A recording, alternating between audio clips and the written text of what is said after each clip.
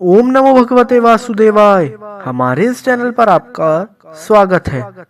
आज की इस वीडियो में हम शरद पूर्णिमा की व्रत कथा के बारे में बताने जा रहे हैं। शरद पूर्णिमा व्रत कथा से भक्तों की सारी मनोकामनाएं पूरी होती हैं तथा धन संपत्ति की भी प्राप्ति होती है।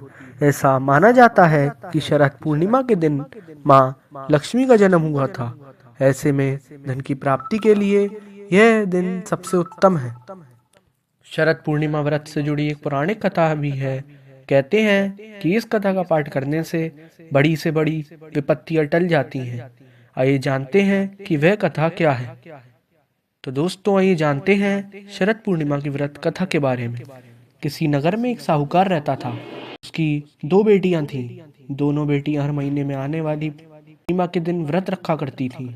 इनमें बड़ी बेटी अपना व्रत पूरा विधि विधान से पूरा करती थी, वहीं छोटी बेटी व्रत के नियमों का सही ढंग से पालन नहीं करती थी। कई सालों तक ऐसा ही चलता रहा। दोनों बेटियां जब बड़ी हुईं तो साहूकार पिता ने उनकी शादियां कर दी। बड़ी बेटी के घर समय पर स्वस्थ संतान ने जन्म लिया। वहीं छोटी बेटी को संतान तो हुई, लेकिन उसकी संतान ने जन्म लेने के बाद तुरंत दम तोड़ दिया। इसी तरह छोटी बेटी के साथ ये लगातार 2 से 3 बार हो गया। अपने साथ ही हो रही चीजों से परेशान होकर साहूकार की छोटी बेटी ने एक ब्राह्मण को बुलाकर अपनी पीड़ा बताई और उनसे समाधान मांगा।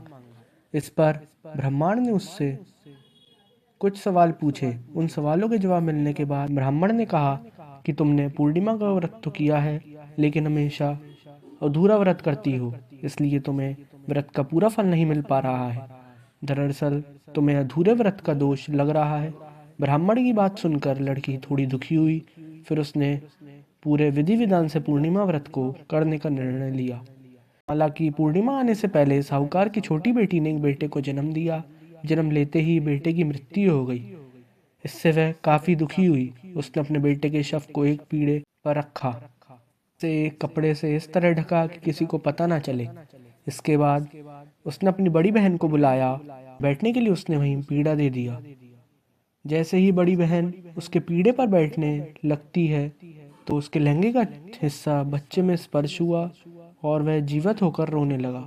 अचानक ऐसा कुछ होने से बड़ी बहन घबरा गई और उसने छोटी बहन को डांट लगाई कि उस पर अभी बच्चे की हत्या का कलंक लग जाता।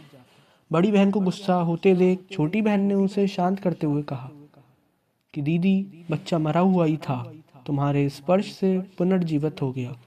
हर पूर्णिमा पर जो तुम व्रत और तप किया करती थी, उसके कारण तुम्हें वरदान प्राप्त है और तुम पवित्र हो गई हो दीदी। अब मैं भी तुम्हारी तरह शरद पूर्णिमा का व्रत विधि विधान से करूंगी। इसके बाद से इस व्रत के महत्व और फल का प्रचार पूरे नगर में प्रसिद्ध हो गया और इसके वाक्य को शरद पूर्णिमा व्रत के तौर पर कहा जाने लगा। माना जाता है शरद पूर्णिमा व्रत कथा करने से सारी मनोकामनाएं पूरी होती हैं। तो बोलिए लक्ष्मी माता की जय, विष्णु भगवान की जय। दोस्तों आइए जानते हैं कि इस दिन कैसे करें लक्ष्मी नारायण की पूजा।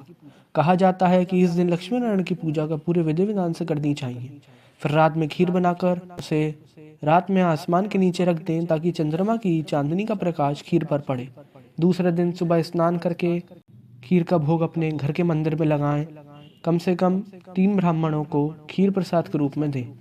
इसके बाद ही अपने परिवार में खीर का प्रसाद बांटें। मान्यता है कि इस प्रसाद को ग्रहण करने से कई प्रकार के रोगों से छुटकारा मिलता है।